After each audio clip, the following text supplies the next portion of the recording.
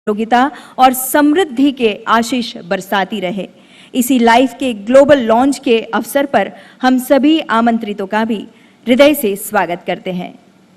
देवियों और सज्जनों, भावी पीढ़ी जिसे हमारे पर्यावरण की धरोहर को संजोकर रखनी है, ऐसे इन बच्चों को अब मैं मंच पर आमंत्रित करती हूं मंचासीन महानुभावों का स्वागत अभिवादन करने के लिए।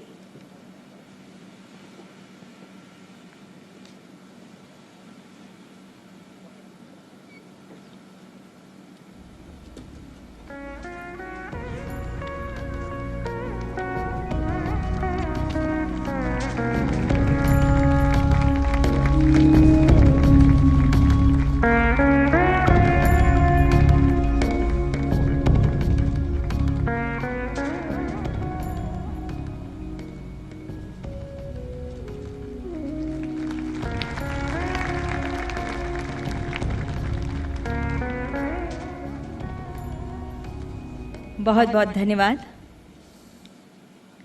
गुजरात के लोकप्रिय मुख्यमंत्री श्री भूपेंद्र पटेल जी से अब मेरा सादर अनुरोध है आपके स्वागत भाषण के लिए।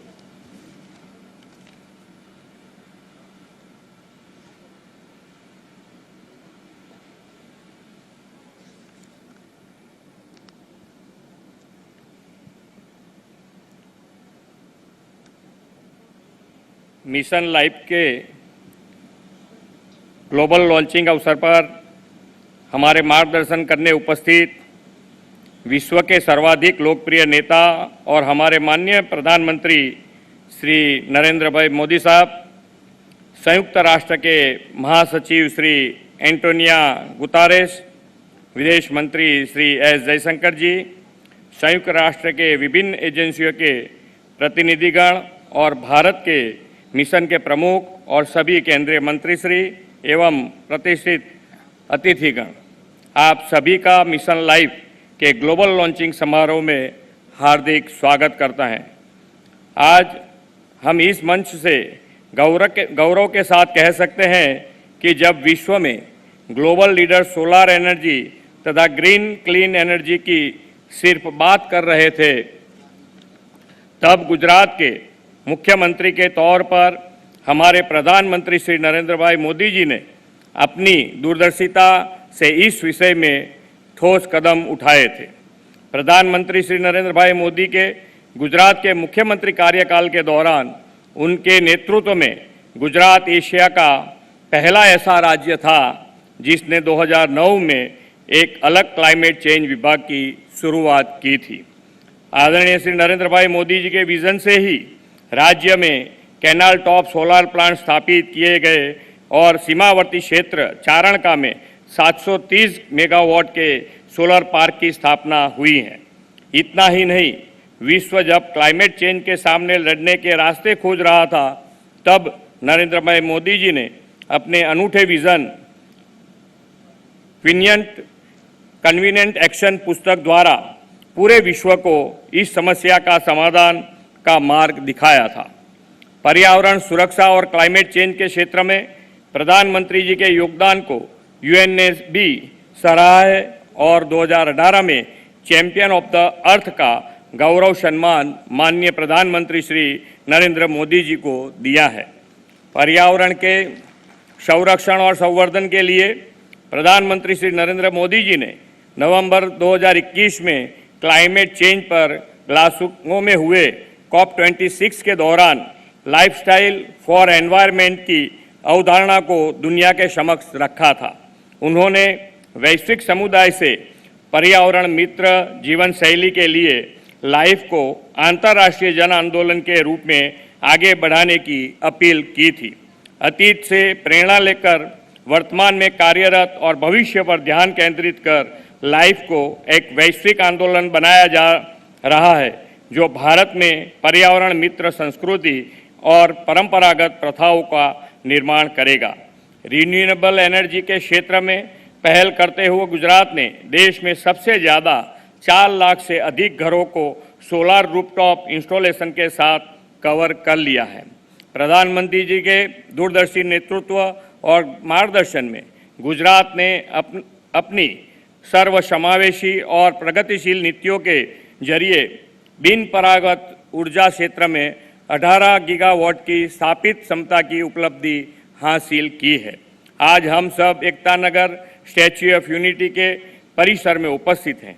भारत की एकता और अखंडता के शिल्पी सरदार साहब की विश्व की सबसे ऊंची प्रतिमा स्टैच्यू ऑफ यूनिटी आदरणीय प्रधानमंत्री श्री नरेंद्र भाई मोदी की प्रेरणा और संकल्प का परिणाम है। माननीय प्रधानमंत्री जी ने इस परिसर को इको फ्रेंडली और इको टूरिज्म स्पॉट के रूप में विश्व समक्ष प्रस्तुत करने हमें मार्गदर्शन दिया है। पर्यावरण रक्षा और ग्रीन क्लीन एनवायरनमेंट के हर पहलू की इस एकता नगर में आप बारीकी से अनुभूति कर सकते हैं। दुनिया की सबसे ऊंची सरदार पटेल की प्रतिमा स्टैच्यू ऑफ यूनिटी के सानिध्य में शुरू किया गया यह वैश्विक मिशन निसंदेह 21वीं सदी का सबसे बड़ा पर्यावरण आंदोलन बनेगा। इस विश्वास के साथ मैं फिर एक बार आप सभी का स्वागत करते हुए अपनी बात पूर्ण करता हूं। भारत माता की जय, वंदे मातरम, जय जय गरवी गुजरात।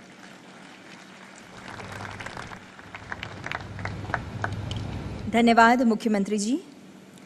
और अब समय है हमारे माननीय प्रधानमंत्री जी की संकल्पना से चरितार्थ और उनके दूरदर्शी नेतृत्व से अनुपालित लाइफ के सिद्धांत को दर्शाती और उसमें जन जन की भागीदारी का आह्वान करती एक लघु फिल्म के निदर्शन का।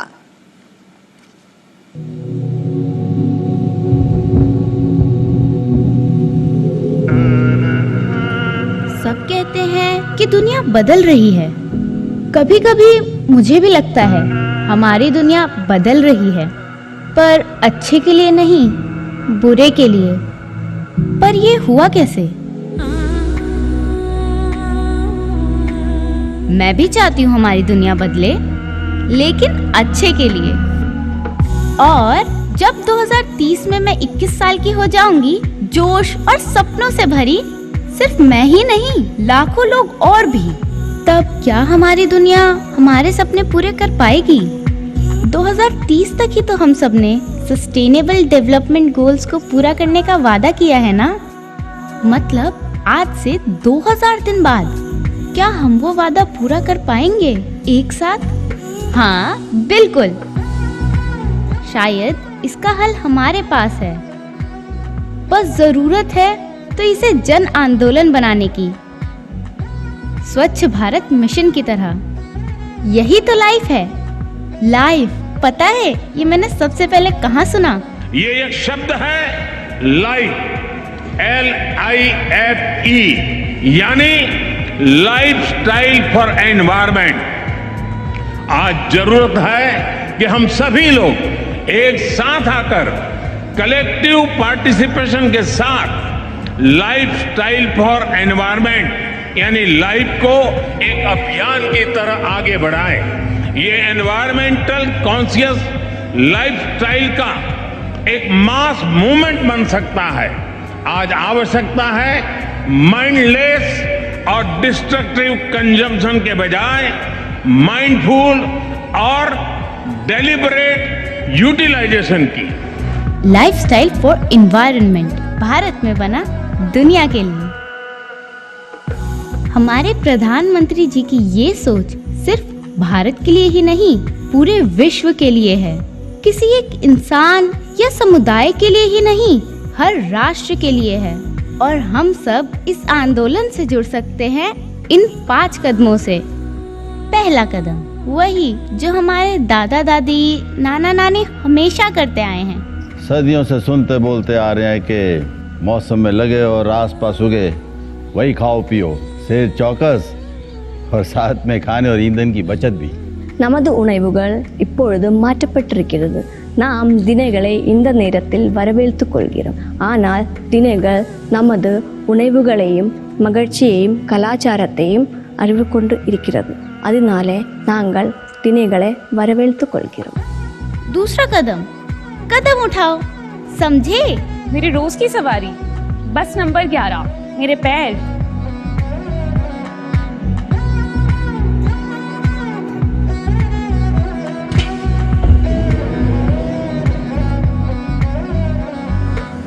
मैं रोज साइकिल से ऑफिस जाता हूँ क्योंकि मेरी कंपनी हमें वॉकिंग, साइकिलिंग, कारपूलिंग के लिए एनकरेज करती है। अगर हम सब मिलके ये कर सकते हैं तो पर्यावरण की सुरक्षा में योगदान दे सकते हैं। तीसरा, सही चुने और सही चुन पाए इसके लिए डिमांड भी करें। सोसाइटी में घर खरीद रहे हैं, बड़ा डिसीजन है, पर कुछ चीज़ें नॉन नेगोशिएबल हैं, जैसे water harvesting and solar panel, और इन्हें पूरा करना रियल एस्टेट इंडस्ट्री की रिस्पॉन्सिबिलिटी है। पहले कस्टमर हमारे पास आते थे ब्रांड के लिए, प्राइस के लिए, वारंटी के लिए। अब कस्टमर आते हैं हमारे पास 5 स्टार रेटिंग के लिए और एलईडी बल्ब के लिए। आजकल ज़्यादातर डिलीवरी कंपनीज ई बाइक यूज़ करने लगी है, अच्छा लगता है।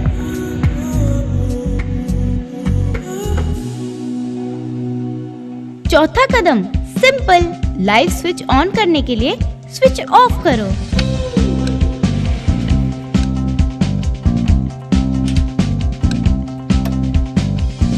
पांचवा कदम, सबको बताओ और इस आंदोलन को घर घर ले जाओ।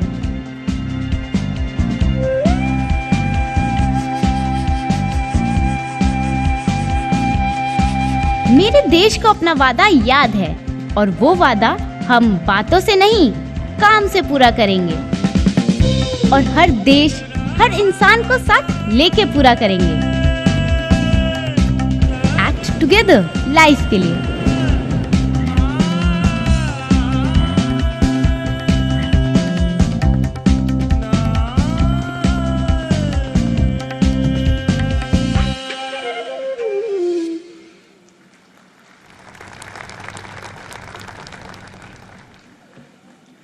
तो ये है लाइफ का जन आंदोलन। विश्व भर के देश उत्साहित है लाइफ के इस अभियान में भागीदारी के लिए। Argentina, Estonia, France, Georgia, Guyana, Madagascar, Maldives, Mauritius, Nepal और यूनाइटेड किंगडम्स, इन सभी देशों के राष्ट्रीय अध्यक्षों के उत्साहवर्धक और लाइफ के प्रति उनके सहयोग से सबर उनके इन संदेशों को अब आइए सुनते हैं।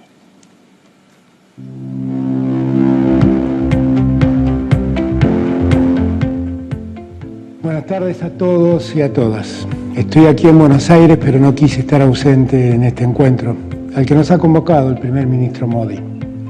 El mundo vive un tiempo singular, un tiempo asignado ya no solo por una pandemia, sino por una profunda desigualdad. Una desigualdad que hace que muy pocos concentren el ingreso y el hambre se distribuya entre millones de habitantes del mundo.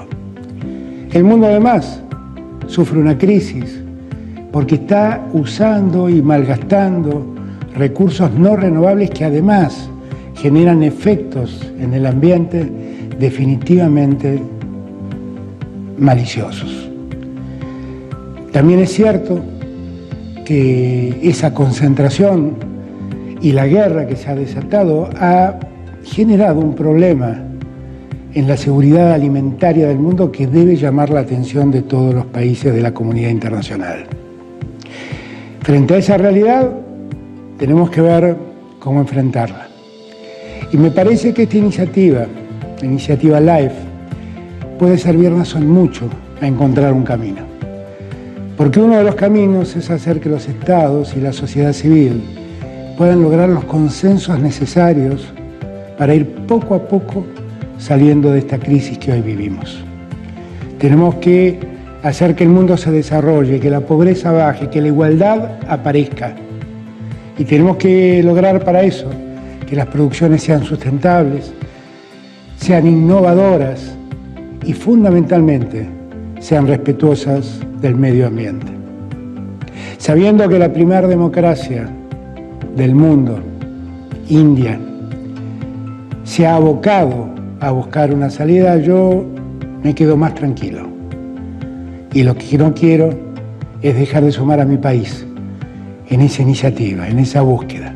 Aquí estamos, acompañando la iniciativa LIFE para hacer que los objetivos de sostenibilidad para el desarrollo con miras al 2030 podamos hacerlo posible entre todos y todas, cada uno de los habitantes de esta tierra. Muchas gracias. Dear friends, Namaste. The need for a collective response to address climate change and biodiversity loss is stronger than ever. We are grateful to Prime Minister Modi for his leadership, together with the UN Secretary General, in launching Mission Life. The power of change lies in working together towards a common goal and engaging all the people and communities on the planet. An excellent example of this is World Cleanup Day. It is an extensive one-day action that started in Estonia and has spread to 191 countries. At COP27, we will call for even more countries to join us. By the way, India has been very active in World Cleanup Day. Last year, an amazing 1.2 million people took part in this initiative in India. That is impressive. Thank you. Russia's war against Ukraine has triggered a global energy crisis. This further underlines the need to move towards renewable energy and sustainability. We can achieve even more if we combine the green transition with the digital one. We have digitized the energy network in Estonia and see the potential this has for energy savings as well as innovation. It is time for a profound change in our lifestyle. We need to place sustainability front and center. I'm glad that the climate action is one of India's G20 presidency priorities, and I wish you a successful presidency. Dear Prime Minister, dear Narendra, dear colleagues, dear friends, Namaste. I wish I could be with you in Kevadia for this very special moment. At a time when our world is subject to increasing geopolitical tensions, we have no choice but to choose cooperation to make this initiative a success, including in the perspective of the Indian presidency of the G20 next year. Thank you for this initiative, and thank you for your attention and your commitment. Excellency Shri Narendra Modi, Honorable Prime Minister of India, dear ladies and gentlemen, dear friends, I am honored and pleased to address this distinguished audience at today's remarkable event and to congratulate India for taking the lead to launch this extraordinary mission in the beautiful city of Kevadia of India. Georgia welcomes and fully supports this global initiative timely introduced by His Excellency Narendra Modi, which promotes an environmentally conscious lifestyle that focuses on the principle of mindful and deliberate utilization. In this regard, we have already taken significant steps to fulfill our international commitments, as well as obligations under the EU-Georgia Association Agreement. To strengthen the environment-related governance systems in the country, Georgia has improved its environmental assessment systems and introduced more effective public participation mechanisms at the earliest possible stage of the environmental decision-making process. Major reforms have been carried out recently in the ambient air protection field to improve air quality throughout the country. Georgia is one of the few countries worldwide where national parks are a genuine high-level national priority, embedded in national policies and strategies. National parks of Georgia have experienced a significant increase, and nowadays it covers almost 12% of our territory. 40% of my country's territory is covered by forests. Therefore, sustainable forest management is an important priority for our government. We spare no effort to implement sustainable forest management that would support the ecological stability of forest ecosystems, enhance the socio-economic benefits for the public, and reduce the pressure on forests. In order to address the negative consequences of climate change, Georgia, in accordance with the Paris Agreement, has updated nationally determined contribution document, which sets a new 2030 climate change strategy and an action plan for mitigation measures. I am proud to state that our country stays committed to continue intensive reforms for the better protection of the environment, biodiversity, and meeting its national and international climate goals. I strongly believe that all together we can achieve our common goal and save our planet. Thank you. Our planet is under threat. More than 75% of Earth's land is substantially degraded, undermining the well-being of billions of people. Collective action is needed to protect our planet. Here in Guyana, we have started. Our forest is the size of England. storing 19.5 gigatons of carbon, one of the lowest deforestation rate in the world.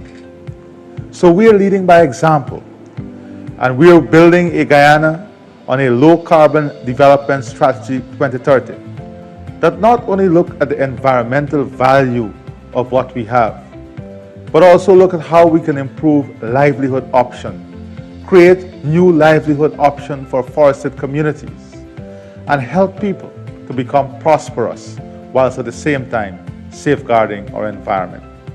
I therefore wish to extend best wishes to Prime Minister of India, Prime Minister Narendra Modi, on the launching of the Mission Life logo and mission document, which seeks to mobilize 1 billion Indians to become pro-planet people by 2027, who will practice simple environment and climate-friendly behavior in their daily lives. Congratulations, India, for taking the lead in pioneering this movement. Guyana is committed to protecting and promoting green economic activity through actions that support the Sustainable Development Goals. Simple actions taken every day by citizens across the globe will help to harness the full potential of this collective action. We must do everything within our power to protect and preserve the environment by making the necessary lifestyle changes. All of us,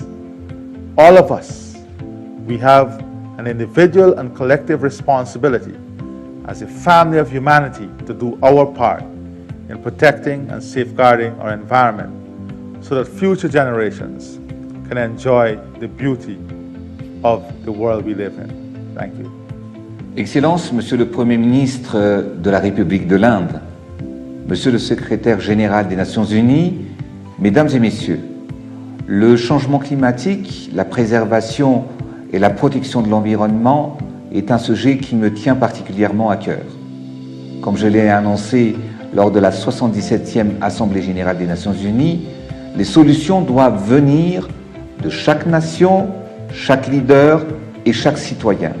Mais surtout, les pays émetteurs doivent tenir leur engagement.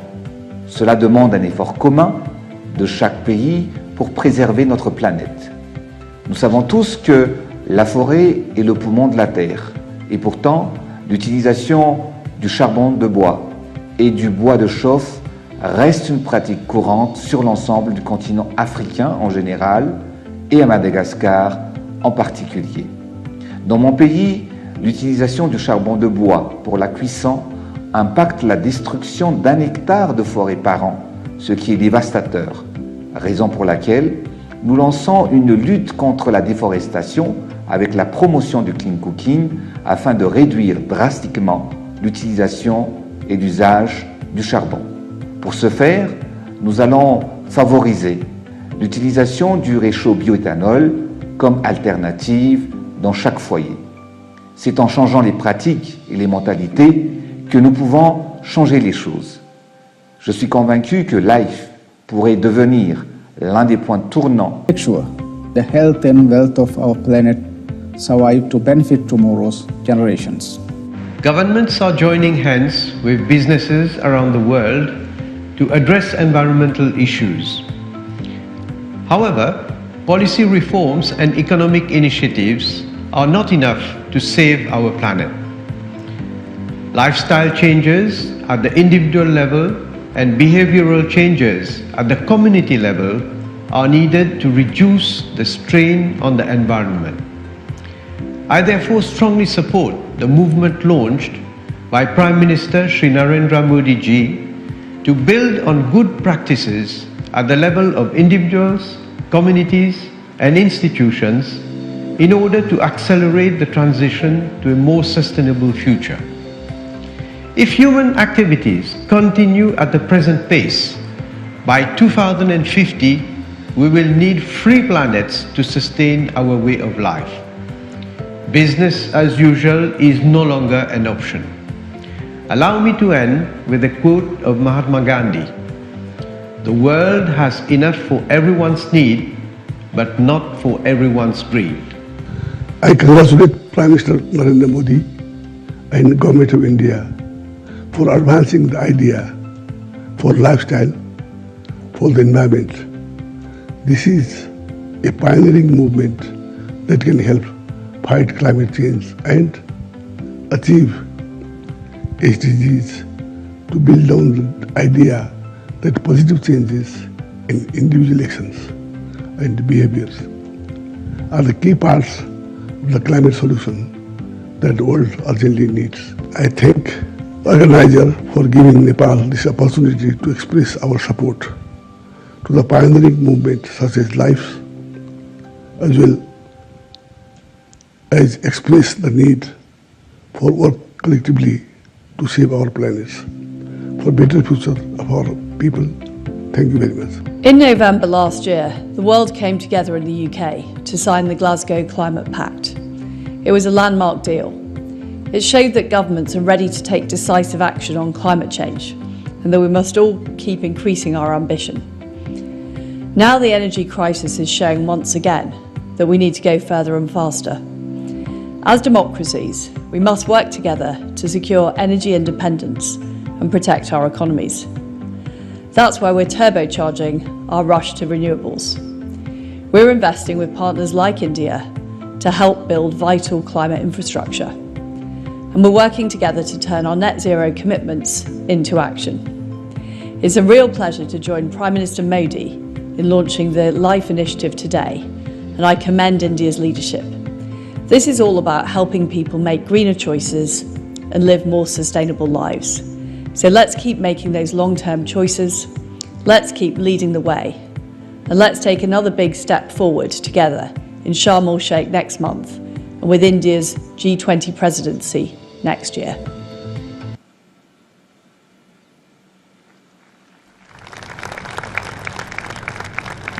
Thank you, one and all. Ladies and gentlemen, the august presence of Honorable Secretary General of United Nations, Mr. Antonio Guterres, is gracing the occasion today. May I now request you, sir, to address the gathering. Please, sir.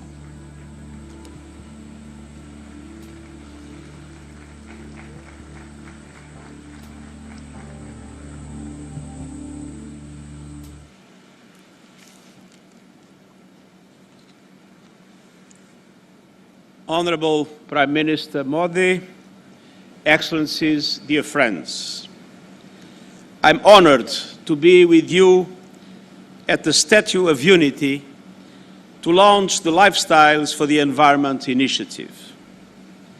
In these perilous times for the planet, we need all hands on deck.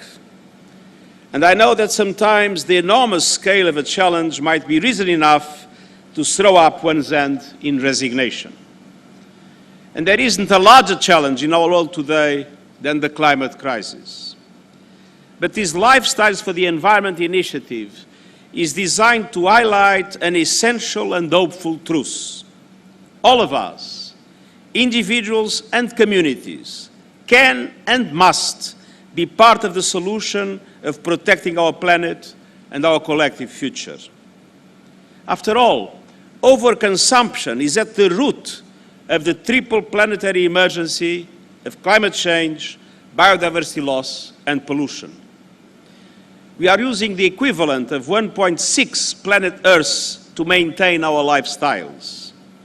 And that great excess is compounded by great inequality. The combined greenhouse gases emissions of the richest 1% are more than twice the poorest 50%. So we need to urgently transform our economic systems to make them friendly to the planet and to make them equitable so all can have equal opportunity to thrive in developed and developing countries. Each one of us will have to learn to live sustainably and reduce our environmental footprint by saving energy and reducing pollution and waste, by using less plastic, by taking advantage of clean cooking technologies, by eating more sustainably and not throwing away food, by using renewable energy, and by making our money count as consumers by supporting sustainable products. And many other examples we have seen in the wonderful film that has started this ceremony. And we also need to be speaking up and demanding the leaders to support clean, green lifestyles and ambitious climate action. This is the mission of the Lifestyles for the Environment initiative that I hope can spread throughout the world. Dear friends, I am immensely encouraged by the commitment that India has made to pursue environmentally sound policies. These efforts include a pledge to significantly increase investment and deployment of renewable energy, championing the International Solar Alliance, and joining the High Ambition Coalition for Nature and People, which aims to protect and conserve 30% of the world's ecosystems by 2030. I also congratulate India on its upcoming G20 presidency. The G20 accounts for 80% of global greenhouse gas emissions, but it also represents 80% of global GDP. So the G20 combined has the resources, the know-how and the power to end our war against nature and set us on course to more sustainable living. And central to that goal is the urgent need to pivot from economies based on fossil fuel consumption to economies powered by renewable energy. A revolution in which developed countries must invest massively, financially and in technological support to allow emerging economies themselves to also be able to present more ambitious targets. And the world counts on G20 economies to lead the way in progressively ending the use of coal by 2030 in OECD countries and 2040 in non-OECD countries. Developed countries must follow through on their commitments to provide meaningful financial and technological support to countries like India throughout this transition. We need to unleash a renewables revolution, and I look forward to working with India in driving this agenda forward. Dear friends, in 3 weeks, world leaders will meet in Egypt for the next United Nations Climate Change Conference, COP27. COP27 represents a key political opportunity to rebuild trust and accelerate action across all the pillars of the Paris Agreement: adaptation, mitigation, finance, and loss and damage. Full implementation of the financial commitments made in Paris, a quantum leap in support to adaptation in developing countries, and measurable progress and serious progress in loss and damage are essential conditions to reestablish trust between developing and developed countries around the world. With its vulnerability to climate impacts and its massive economy, India can play a critical bridging role. We have no time to lose. We are in imminent danger of failing to meet the goal of limiting global temperature rise to 1.5 degrees Celsius. And our global goal has to be net zero emissions by 2050. And to achieve this, we must collectively halve global emissions from 2010 levels by 2030.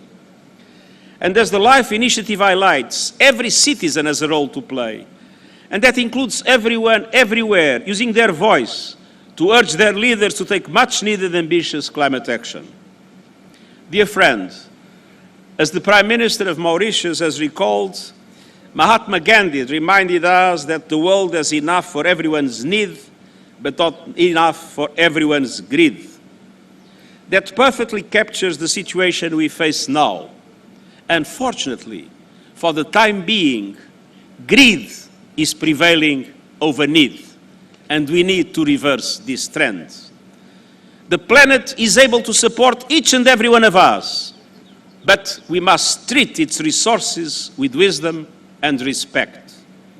So today, let us pledge to alter our economies and our lifestyles so we are able to share Earth's resources fairly and take only what we need. And let us count on India, as it assumes the G20 presidency, to help usher in a new era of sustainability fully in line with its history, its culture, and its tradition. Thank you.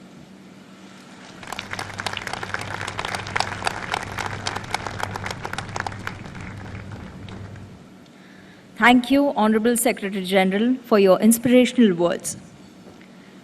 और अब भारत के माननीय प्रधानमंत्री श्री नरेंद्र मोदी जी से अब मैं सविनय अनुरोध करती हूं कि रिमोट का बटन दबाकर मिशन लाइफ के डॉक्यूमेंट का विमोचन करें एवं लोगो और टैगलाइन को लॉन्च करें।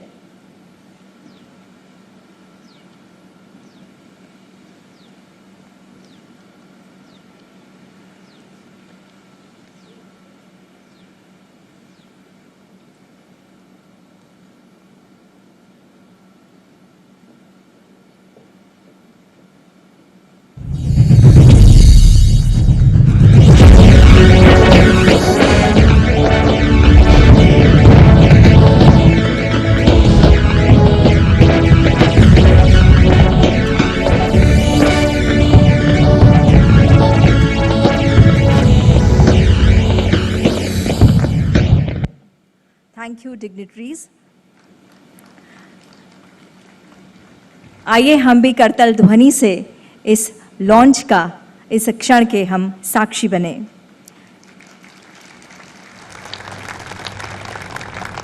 देवियों और सज्जनों, प्रकृति के संवर्धन की संस्कृति को लाइफ के नूतन मंत्र से विश्व भर में उजागर करने की प्रेरणा आदरणीय प्रधानमंत्री जी ने दुनिया को दी है, जिनकी दूरदर्शिता समूचे विश्व को प्रभावित और लाभान्वित करती है।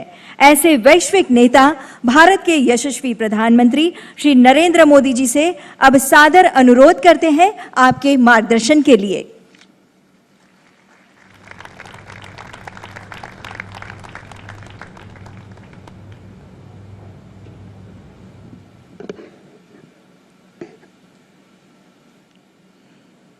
यूनाइटेड नेशंस के सेक्रेटरी जनरल एंटोनियो गुटेरस जी,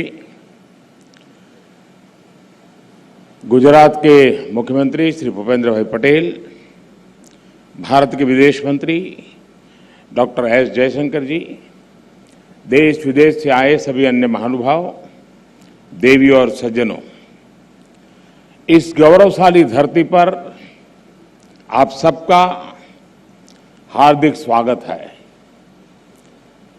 एंटोनियो गुटेरस जी के लिए तो भारत दूसरे घर जैसा है। आपने अपना युवावस्था में बहुत बार भारत की यात्रा भी की है। गोवा से आपके पारिवारिक संबंध भी है। मुझे ऐसा लग रहा है कि मैं गुजरात में आज अपने परिवार के ही किसी सदस्य का स्वागत कर रहा हूं। एंटोनियो गुटेरस जी, आपका यहां आने के लिए बहुत बहुत आभार, बहुत बहुत अभिनंदन। मुझे खुशी है कि मिशन लाइफ को लॉन्चिंग के समय से अनेक देश इस संकल्प के साथ जुड़े हुए हैं। मैं फ्रांस के प्रेसिडेंट श्री मैक्रो, यूके के प्रधानमंत्री लीज ट्रस, गुयाना के प्रेसिडेंट इरफान अली, अर्जेंटीना के प्रेसिडेंट आल्वो फर्नांडिज, मॉरिशस के प्रधानमंत्री प्रवीण जगन्नाथ, मेडागास्कर के प्रेसिडेंट एंडी रोजेज जी, नेपाल के प्रधानमंत्री शेर बहादुर जी, मालदीव के भाई सोली जी, अर्जेंटीना के मिनिस्टर जेरी एल्वेजिका, इंडोनेशिया के प्राइम मिनिस्टर काया क्लास का हृदय से धन्यवाद करता हूं। साथियों, ये आयोजन हमारे राष्ट्रीय गौरव सरदार वल्लभ भाई पटेल की विशाल प्रतिमा स्टैच्यू ऑफ यूनिटी के सानिध्य में हो रहा है और क्लाइमेट चेंज के खिलाफ लाइफ में यूनिटी ही सबसे महत्वपूर्ण फैक्टर है। दुनिया की सबसे बड़ी प्रतिमा हमें पर्यावरण से जुड़े ऊंचे लक्ष्य तक तय करने और उन्हें पूरा करने की प्रेरणा देगी। साथियों, जब प्रतिमान विशाल होते हैं तो कीर्तिमान भी विशाल होते हैं। इस कार्यक्रम का आयोजन गुजरात में होना बहुत मायने रखता है और ये बिल्कुल उपयुक्त भी है। गुजरात भारत के उन राज्यों में से एक हैं जिसने सबसे पहले रिन्यूएबल एनर्जी और एनवायरनमेंट प्रोटेक्शन की दिशा में काफ़ी बहुत कदम उठाना शुरू कर दिया था। चाहे बात नहरों पर सोलर पैनल लगाने की हो या सूखाग्रस्त इलाकों में जल स्तर बढ़ाने के लिए वाटर कंजर्वेशन का अभियान हो, गुजरात हमेशा एक प्रकार से लीडर के रूप में, एक ट्रेंड सेटर के रूप में रहा है।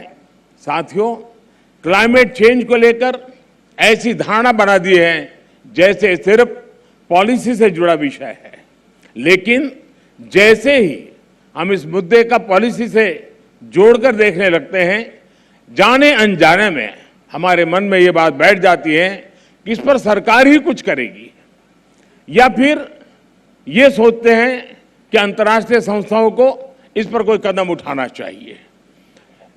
ये बात सही है कि सरकार, अंतर्राष्ट्रीय संस्थाएं, उनकी भूमिका बड़ी है और वो इसे संभाल करने का प्रयास भी कर रहे हैं, लेकिन हम सभी देख सकते हैं कि अब इस मुद्दे की गंभीरता चर्चाओं से बाहर निकलकर दुनिया के हर कोने में, हर घर में आज नजर आने लगी है। क्लाइमेट चेंज से हो रहे बदलाव लोग अपने आसपास महसूस करने लगे हैं। पिछले कुछ दशकों में हमने इस दुष्प्रभाव को और तेज देखा है, अप्रत्याशित आपदाओं को झेला है। आज हमारे ग्लेशियर्स पिघल रहे हैं, समुद्रों का जलस्तर बढ़ रहा है, हमारी नदियां सूख रही है, मौसम अनिश्चित हो रहे हैं और ये बदलाव लोगों को सोचने पर मजबूर कर रहे हैं कि क्लाइमेट चेंज के मुद्दे को सिर्फ पॉलिसी मेकिंग के लेवल पर ही नहीं छोड़ा जा सकता। लोग खुद महसूस करने लगे हैं कि एक व्यक्ति, एक परिवार और एक समुदाय के तौर पर उन्हें इस धरती के लिए, इस प्लेनेट के लिए कुछ न कुछ जिम्मेवारी उठानी चाहिए, खुद ने भी कुछ करना चाहिए। लोग जानना चाहते हैं कि अपने खुद के प्रयत्न में या परिवार के साथ और अपने समुदाय के साथ मिलकर वो कौन से कदम उठा सकते हैं जिससे धरती की सुरक्षा हो सके, इस पृथ्वी की सुरक्षा हो सके। इन सारे सवालों का जवाब मिशन लाइफ में है। मिशन लाइफ का मंत्र है लाइफस्टाइल फॉर एनवायरमेंट। पृथ्वी पर रहने वाले प्रत्येक व्यक्ति को व्यक्तिगत प्रयासों की कामना के साथ ही आज ये मिशन लाइफ का ये विजन दुनिया के सामने रख रहा हूं। मिशन लाइफ इस धरती की सुरक्षा के लिए जन जन की शक्तियों को जोड़ता है, उनका बेहतर इस्तेमाल करना सिखाता है। मिशन लाइफ क्लाइमेट चेंज के खिलाफ लड़ाई का लोकतांत्रिक, डेमोक्रेटिक एक प्रकार से उसका विस्तार कर रहा है, जिससे हर कोई अपने सामर्थ्य के हिसाब से योगदान दे सकता है। मिशन लाइफ इस बात पर भरोसा करता है कि छोटे छोटे प्रयासों का भी व्यापक प्रभाव हो सकता है। मिशन लाइफ हमें प्रेरित करता है कि हम सब अपनी रोजमर्रा की जिंदगी में ऐसा बहुत कुछ कर सकते हैं जिससे पर्यावरण की सुरक्षा हो। मिशन लाइफ ये मानता है कि अपनी लाइफस्टाइल में बदलाव करके एनवायरनमेंट की रक्षा की जा सकती है। ये आपको दो बहुत दिलचस्प उदाहरण देना चाहता हूं, बड़ी सरल बातें मैं बताना चाहता हूं। आपने देखा होगा कुछ लोगों को एसी का टेम्परेचर 17 डिग्री या 18 डिग्री सेल्सियस पर रखना बहुत पसंद होता है, लेकिन एसी का टेम्परेचर इतना कम करने के बाद यही लोग सोने के समय कंबल या रजाई का सहारा लेते हैं।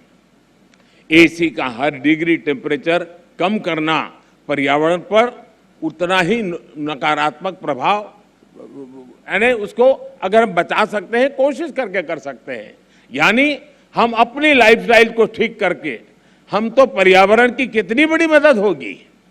लाइफस्टाइल से जहां भी एक और उदाहरण मैं बताना चाहता हूं, हम देखते हैं कि कुछ लोग 5 किलोमीटर प्रति लीटर के एवरेज वाली गाड़ी लेकर के जिम जाते हैं और जिम में ट्रेडमिल पर जमकर अपना पसीना बहाने की कोशिश करते हैं।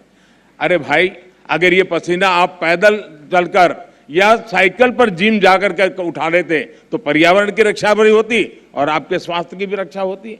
साथियों, लाइफस्टाइल से व्यक्तिगत और समाज के छोटे छोटे प्रयासों से कैसे बड़े नतीजे आ सकते हैं, मैं इसका भी उदाहरण देना चाहता हूं। भारत में हमने कुछ साल पहले देशवासियों से ज्यादा एलईडी बल्ब इस्तेमाल करने के लिए आग्रह किया था। मकसद ये था कि लोग को बिजली का बिल कम हो, बिजली का कम खर्च हो और पर्यावरण की भी रक्षा हो। सरकार ने एलईडी बल्ब की एक योजना शुरू की और देश का प्राइवेट सेक्टर भी इसमें भागीदार हो गया। यहां आए अंतर्राष्ट्रीय एक्सपर्ट्स ये जानकर के उनको हैरानी होगी कि कुछ ही समय के भीतर भारत के लोगों ने 160 करोड़ से ज्यादा एलईडी बल्ब अपने यहां में लगा दिए, परिवर्तन कर दिया। और इसका प्रभाव यह है कि 100 मिलियन टन से ज्यादा कार्बन डाइऑक्साइड का उत्पादन हम कम कर पा गए, उसका उत्सर्जन कम कर पाए। और मैं ये आपको नोट करने के लिए जरूर कहूंगा कि ये प्रतिवर्ष हो रहा है, ये सिर्फ एक बार की घटना नहीं, हर वर्ष ये बेनिफिट होने वाला है और उसका लाभ होने वाला है। एलईडी की वजह से अब हर साल इतना उत्सर्जन कम होने लगा है।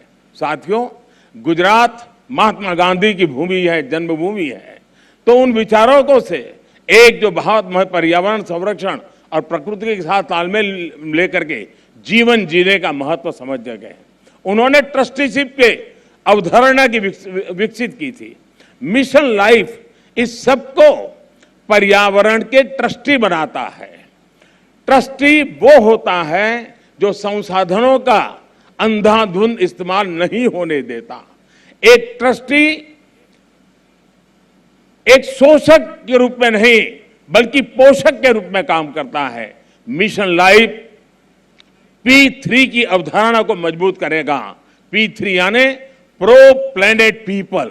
आज हम एक ऐसी दुनिया में जी रहे हैं जहां इस बात की चर्चा रहती है कि कौन किस देश या गुट के साथ है और कौन किस देश या गुट के खिलाफ है। लेकिन मिशन लाइफ धरती के लोगों को प्रो प्लेनेट पीपल के तौर पर जोड़ता है, उनको अपने विचार से समाहित करता है, एक कर देता है। ये लाइफस्टाइल ऑफ द प्लेनेट, ये lifestyle of the planet, for the planet and by the planet की मूल सिद्धांत पर चलता है। साथियों, अतीत से सीखकर ही हम बेहतर भविष्य का निर्माण कर सकते हैं। भारत में हजारों वर्षों से प्रकृति की पूजा की समृद्ध परंपरा रही है। हमारे वेदों में भी बहुत सटीक तरीके से कहा है कि जल, जमीन, वायु और सभी प्रकृति प्रदत्त चीजों का महत्व समझाते हैं। जैसे अथर्ववेद कहता है, माता भूमि ही पुत्रो हम पृथ्वी, अर्थात पृथ्वी हमारी माता और हम उसके संतान हैं। रिड्यूस, रीयूज एंड रिसाइकल और सर्कुलर इकोनॉमी हमारे वर्षों से हम भारतवासियों की लाइफस्टाइल का अंग रहा है। और हम सभी जानते हैं कि दुनिया के कई हिस्सों में, कई देशों में ऐसी प्रथाएं आज भी है, प्रचलित है, जो हमें प्रकृति के साथ तालमेल बिठाकर चलने के लिए प्रेरित करती है।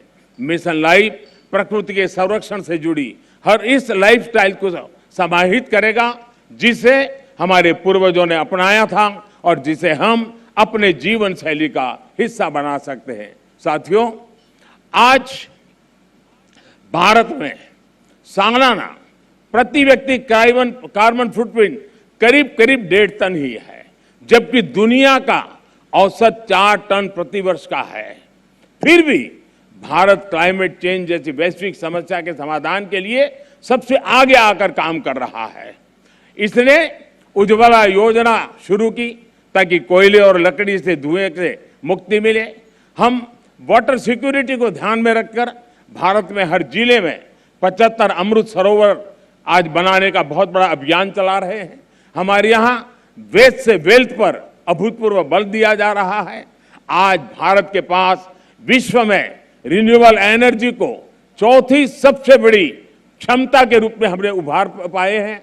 आज हम विंड एनर्जी में भी चौथे नंबर पे हैं, सोलर एनर्जी में भी 5वें नंबर पे हैं। पिछले 7-8 वर्षों में भारत की रिन्यूएबल एनर्जी की क्षमता करीब करीब 290% का इजाफा हुआ है।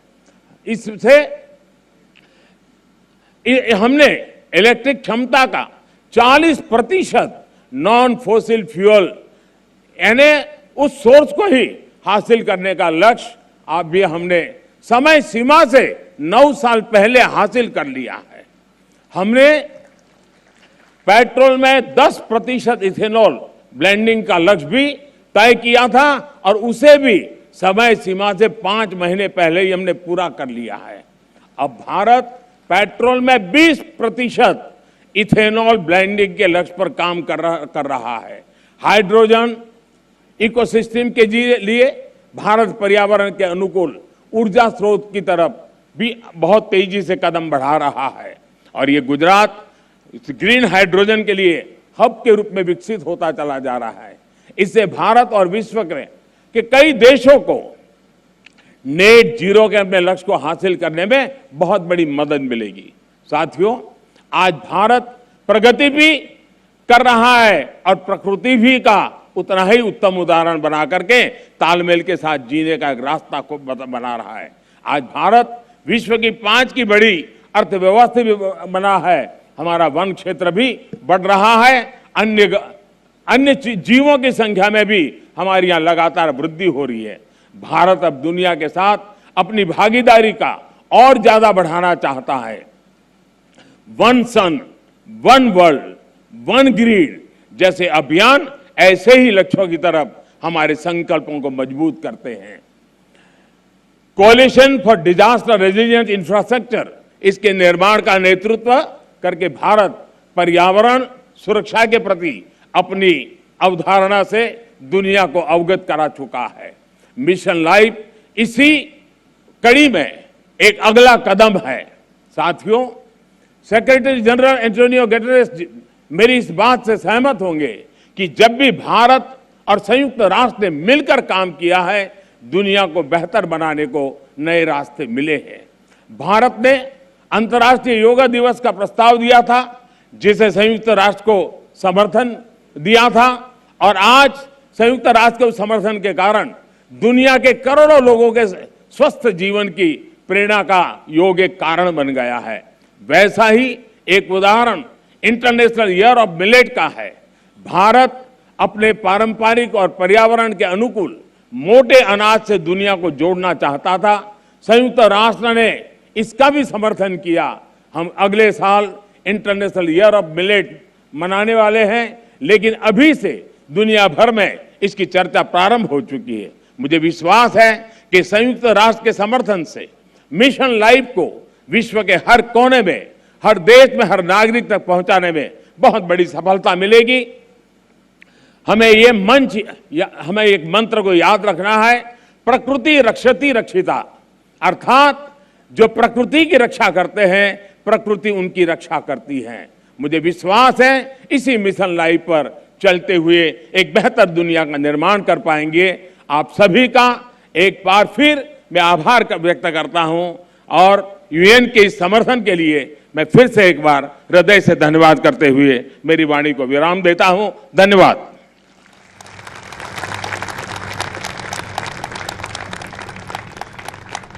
बहुत बहुत धन्यवाद प्रधानमंत्री महोदय, आपकी इस प्रेरणा के लिए, लाइफ के इस महाअभियान की शुरुआत करवाने के लिए।